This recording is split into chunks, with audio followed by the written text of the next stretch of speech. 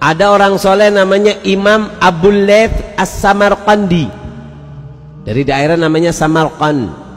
Imam Abul Laits As-Samarqandi ini mengatakan bahwasannya siapa orang yang ingin kuburannya itu terang, siapa orang yang ingin kuburannya luas, siapa orang yang ingin selamat daripada siksa kubur, maka apa? An yulazim arba'ata asya wa yajtanib arba'a asya. Orang kalau kepingin kuburannya terang, luas, kemudian selamat dari siksa kubur, 4 kerjakan, 4 jauhi. Apa yang pertama? Muhafadzatus sholawat, menjaga sholat 5 waktu. Namanya sholat 5 waktu jangan sampai hilang, Bu. Jangan mau ditukar dengan apapun. Kadang berapa banyak orang gara-gara kerja nggak sholat. Salah. Kenapa? Rezeki yang ngasih siapa? Allah.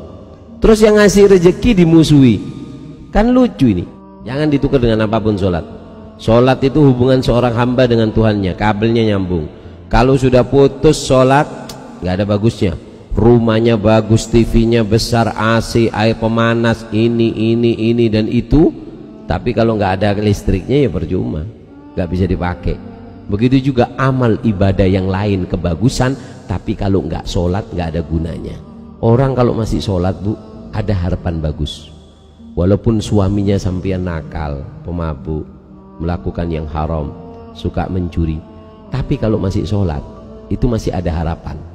Orang yang ahli maksiat itu habis hartanya. Contoh, ada rumah, ini rumah dia ini maksiat, melakukan yang haram, maka semua isi rumahnya itu kosong, cuman kebaikannya satu, dia apa? Sholat. Maka rumah yang kosong ini masih punya kabel dari PLN. Artinya kapan dia punya rezeki sedikit untuk beli lampu 5 watt, nyala. Tapi ada orang yang dia ini nggak sholat, tapi dia ini punya alat lengkap di rumahnya, AC, pemanas, ini dan itu, tapi nggak nyambung kabelnya, maka nggak bisa dipakai. Itu ibaratnya orang kalau nggak sholat. Apapun ibadah kamu, sebaik apapun kebaikan kamu, tapi kalau sudah nggak sholat, maka nggak nyambung. Yang kamu lakukan itu nggak ada faedahnya sekali. Makanya kalau kepingin kuburannya terang, sholat 5 waktu. Yang kedua, wassadaqah, sodako. Sodako ini penting, Bu. Yang ketiga apa? Qiraatul Quran, baca Al-Quran. Orang kalau membaca Al-Quran, kuburannya akan terang. Yang keempat apa? Kathratut tasbih, memperbanyak membaca tasbih, zikir. Banyak zikir, pegang tasbih. Siapa orang yang bawa tasbih terus dipakai untuk bertasbih, atau enggak dipakai, cuman ditaruh di kantongnya, maka apa? Maka tu'addu musabbihan, dihitung sebagai orang yang bertasbih walaupun enggak dibaca. 4 yang harus dijauhi apa? 1, al-kidhib, berbohong, berdusta. Jangan pernah berdusta, karena berdusta itu bukan sifatnya orang mukmin.